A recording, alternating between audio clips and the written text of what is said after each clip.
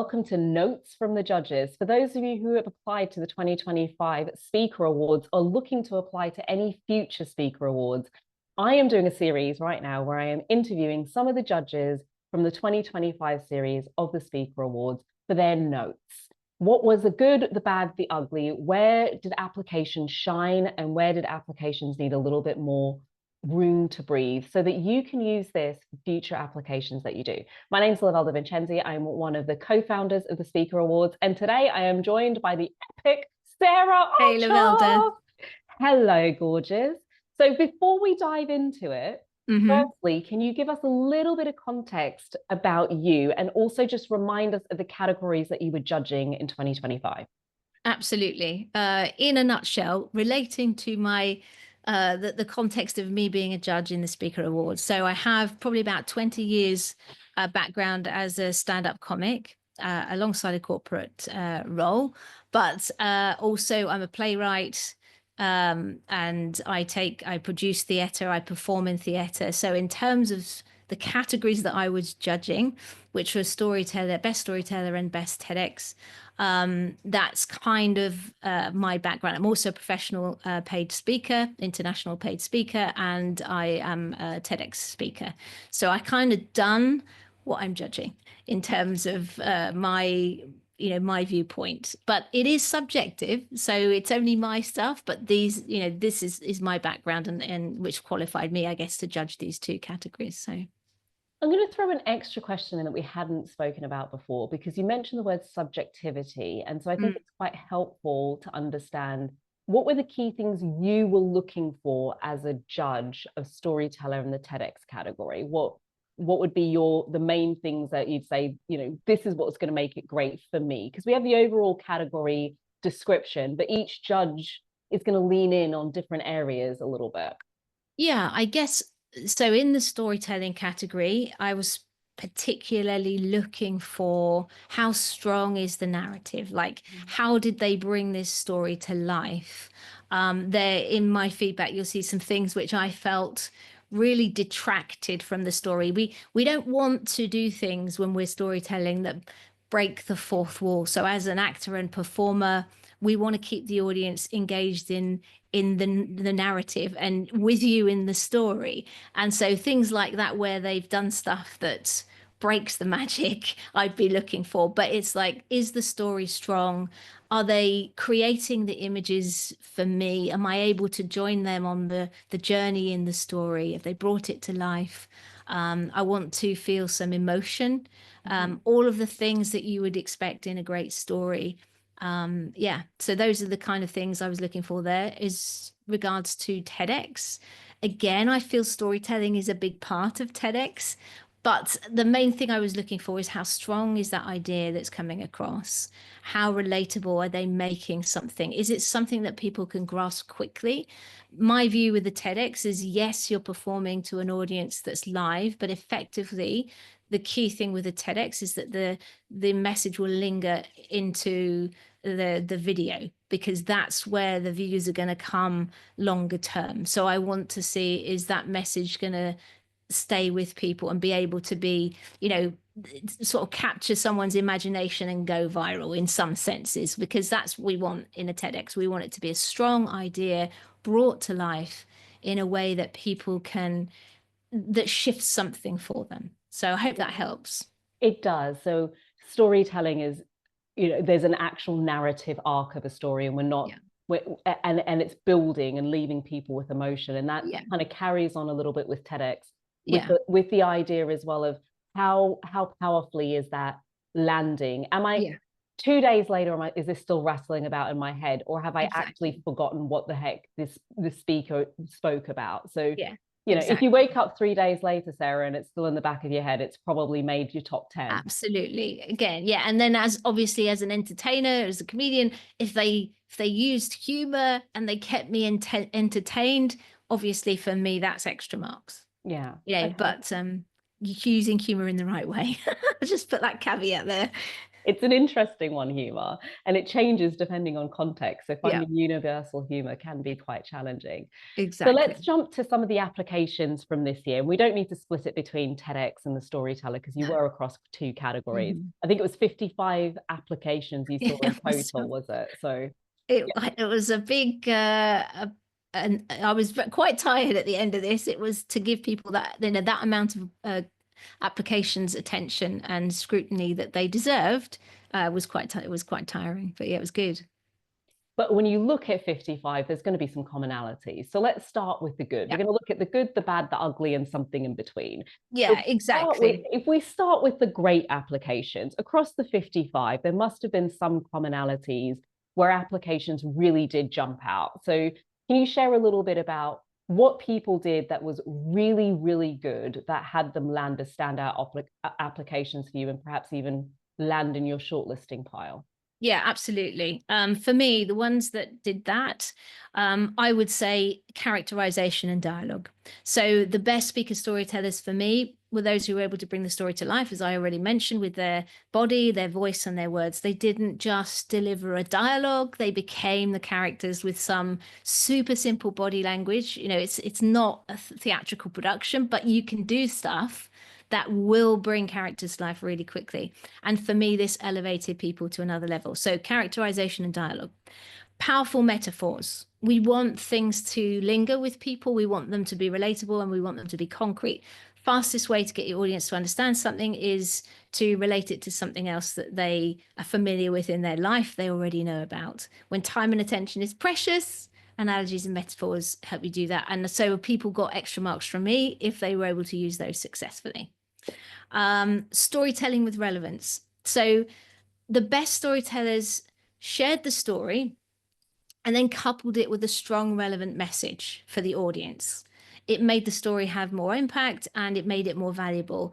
You know, you can do something fantastic, but you can still make it meaningful for people who are doing a 9 to 5 day job. And I think there's an art to that. And those people who were able to do that powerfully, I gave extra marks to. And then great stage presence, which for me means that they come across as confident, as natural, captivating, and completely themselves. I'm a huge advocate of being yourself and a great speaker. And I think a lot of people, you can tell when they are trying to be something else on stage. If you are natural, authentic, and captivating, I gave them extra marks. And I think the thing is this, it takes a lot of rehearsal to get to the level where you come across as natural and captivating. It's not the same as winging it. It's a whole different ball game. So you can tell the people who had gone through the rehearsal arc to make it their own. I think So what's really interesting in that, for those watching who, I mean, many people watching will have been people who have gone through the awards, and some might be thinking of applying in the future year. Is when you talk about that story arc, the selection of what video footage they pick is really important. Therefore, I'm yeah, guessing, yeah, particularly in the storytelling category, it has to be a video of a story and really sort of dialed into a story that has a conclusion, not just the beginning part. You kind of need to see that story, the yeah. beginning, the middle, the end, the moral of the story. All of that needs to be available to you because it sounds like that whole piece is what you're judging. Yeah, absolutely. If I am judging best storyteller, I want to see a story. You know, it can be a very short story. You can tell a story in 6 words. Nevertheless, I want to see a story. And I think, you know, for people that are watching this that want to get some experience that will help them in this arena, you know, there are places like The Moth where you do tell 5 minute stories. And, you know, I think that 5 minutes is miles of time to tell a story from beginning, middle to end and, you know, you know, the lesson, if that makes sense. So, but do, you know, try and you know, for best storytelling, you could do something discreet. You can either take a story from your talk, and, you know, within a talk, I would be expecting that there would be a number of short stories in a talk. So you can either do that or you can create something bespoke for this award, but that does showcase your speaking and storytelling. So I hope that helps. Really powerful stuff. So we've talked about what works really, really well. When did it not go so well? What were some of the common things where you thought, oh, please, I need to just don't do it, you know, that put people immediately to the bottom of the pile, and you just kind of went, we won't even look at that one again. So there's some, I'm going to give some little bits of detailed feedback here in terms of, like, this might be going a little bit deeper, but I'm going to share what I saw and what I felt didn't work. So there's something that I called the adult child. This is where someone was portraying themselves as a child, but using adult language. Yeah. And I talked about breaking the fourth wall. Now, if I'm seeing that, I'm going, well, hold on, a 5-year-old wouldn't be aware of whether something was going on subconsciously or not. Like, so make sure what you're saying is appropriate for that character. Otherwise, you're going to distract the audience. Okay. Then I've got the audiobook speaker. This is where someone, and I think this is something that I see where I work with business book authors, but with authors, this can be a thing. They are speaking like they were reading from a novel. Like example, the dappled sun caressed my face as I wistfully took out my leather-bound notebook. It felt heavy in my hands. Like the point, that's way too much detail for a talk. You haven't got that amount of time. A few details to put them in the place, and then, you know, give them the emotion or the picture. But we're not, it's not an audiobook. Okay, so that's another piece of feedback. Macro versus micro storytelling. So this is where someone is taking you through a number of different events in their life or organization. And I think this was a mistake. If you're telling a story, especially when it's just a 5-minute video, try and tell one anecdote, a vignette, then make some macro points from it. Don't try and take your whole life story and then relate it. So take one story and extrapolate the points from it. If you go through too many events, you won't be able to share the depth needed to have that emotional connection and buy-in from the audience. It won't have the same power. So micro storytelling, macro takeaways. Kids TV presenter. This is where it feels like you're speaking down to your audience. Like when I was little, we had, I think it was Play Days or something, and it can come across as really patronizing, and it will switch your audience off. So that's another little thing that I felt came in some in entries. The next one is the tortoise pace. Some people spoke so slowly. It only felt right for me to watch it on 1.5 times speed. And I make sure you get your pacing right. You don't want to be too fast. Equally, you don't want to be so slow your audience is falling asleep looking at their phone. Okay, so again, this is down to practice and rehearsal. Last one on this, the one-note pony.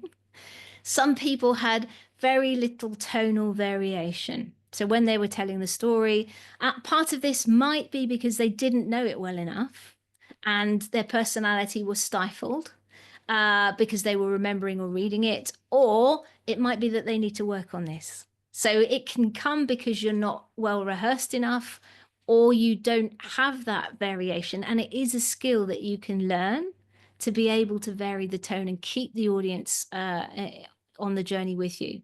And your voice is so important as a speaker that it's critical to develop this. So otherwise your delivery can be really flat. So I hope those helped in terms of what I would call the bad. They help a lot, because I think there's a lot in storytelling, and there's storytelling as an author. And TEDx is an example of sort of storytelling as well. There's storytelling as an author, but there's also storytelling as a speaker. And part of the art form of speaking on a stage is using the full body to be able to bring people in. And so I think there's a difference between whether or not the script was very good versus how that script was delivered. And I'm not going to use the word performed because people come from different backgrounds, but how it's delivered. Was there the pace, the tone, the pauses? And so it looks like you're looking at both of those things. On paper, are we taking them somewhere? Because if the script itself is not particularly rich, or there's no strong lesson in there, and some of that's related to the scripting. But once we move away from the scripting, this is delivered, did they deliver this in a way that had me leaning in, not Absolutely. necessarily laughing, but connected to it, getting to the end and going, oh, is that it? Yeah, exactly, exactly. And I always say it's a brilliant point that you made. It's like you have to have both substance and style. Yeah. Like you can't, as a successful speaker, you can't just be all substance. And equally, I've seen speakers who are all style, no substance. You've got to put both together, and that's for me, something I was looking for in this awards entries. So yeah. So we've got to bring it all together. This year's entries in particular were so close. Mm. It's probably the highest caliber of speakers that we've had in terms of where the scores were, because I only look at the numbers. I don't go into every single application. I can see the numbers, and the scores were higher than they'd ever been before and closer than they'd ever been before. So I know there'll be a lot of people who were near misses, very close but not quite. And so I think when it's that razor thin, Yeah. what advice do you have for speakers who might be sitting and saying, well, I didn't make the cut? Is there any advice for them in that space? And where it was really thin, what was the thing that had you pick one over the other? What was the thing that kind of pushed one speaker over the edge? I mean, it probably would be the combination. How many of those boxes were they ticking of those extra level things? I also feel that there were some entries this year that I'd seen last year.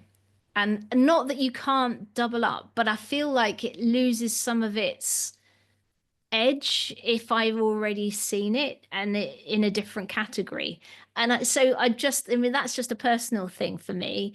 I didn't mark it down, but I just wasn't feeling it didn't have the same power the second time round, if that makes sense. Um, yeah, and just, I think the quality of the idea is also something, like that, does that linger? Did I remember it? And is this going to be transformational as well? Like, I work with a lot of people who have huge messages to share. And if it came down to the difference between something that was nice versus something that was going to transform someone's life if they heard it, that would be something that I would also be marking up, I think, as long as it ticked all the other boxes. So I So don't know if get the that helps. basic, yeah. What I'm hearing is get the basics right, Yeah. but also recognize. I mean, you've given lots of information here about delivery and scripting and those sorts of things, and so I think listening to this, my advice would almost be go back and say, where's your weakest point as a speaker? What's the thing that you haven't trained in a while? If you were that close and if you didn't make the short list, what's one area that you could improve on? Could you add a little bit more humor? Maybe you need to go away and work that. Is it when you listen back, actually, I don't have enough storytelling, or is there something else that you can bring into the delivery? What other story, could your stories be richer? I think lots of different ways where we can always look back and always be improving to say, well, where's an area I haven't paid much attention to? Because maybe that's the edge that you need for the following year.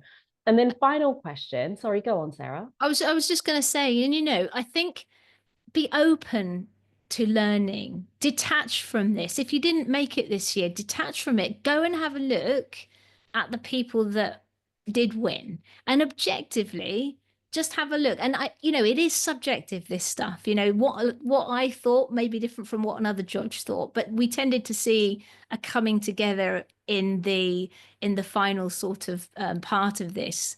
But I would say just be open to learning more, developing more, and see this as a journey. This isn't the end, this is the start. And if you fail forward, look, grow and see this as a growth opportunity. That's what I'm saying.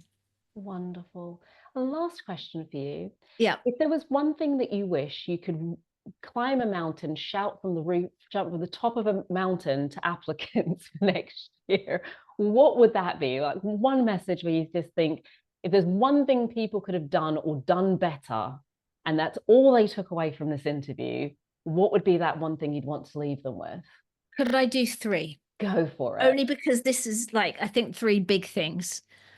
First of all, whichever category you're in, speaking is about showing, not telling. And there were a lot of entries that ranted. Telling people what you think isn't sharing a story. That's the first thing, right?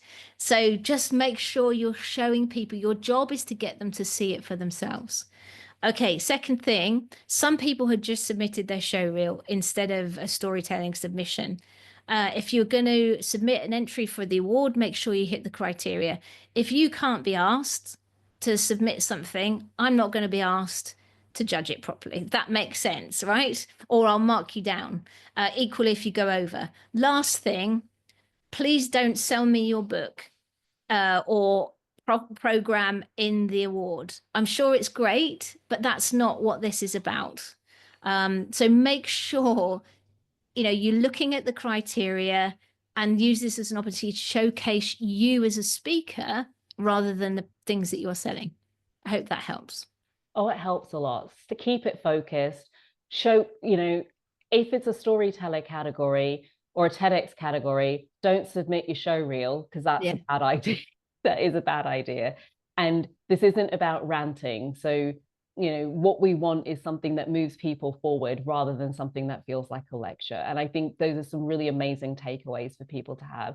Sarah, I really, really appreciate you taking some time out to share some notes from the judges, or your judges' notes that people can learn from going forward. Yes, you looked over 2 categories, 55 applications. There's lots of commonalities, and this wasn't your first year, so I'm pretty sure some of those were things you saw last year as well. Until next time, if you're interested in applying for the Speaker Awards, you want to go to thespeakerawards.com. You'll be able to find all information about it there. If you were not successful this year, please, we'd love to have you back next year. Pick one thing from the notes that you've heard from Sarah today and work on that over the next 12 months to reapply. Just because Sarah might not have shortlisted you doesn't mean one of the other judges didn't think you were absolutely amazing. This is not saying whether or not you're a great speaker. It's a professional industry awards in which a variety of people, professional industry experts, are having a look. Those at the top have been agreed by multiple people. Thanks very much for joining us today, and until next time, take care.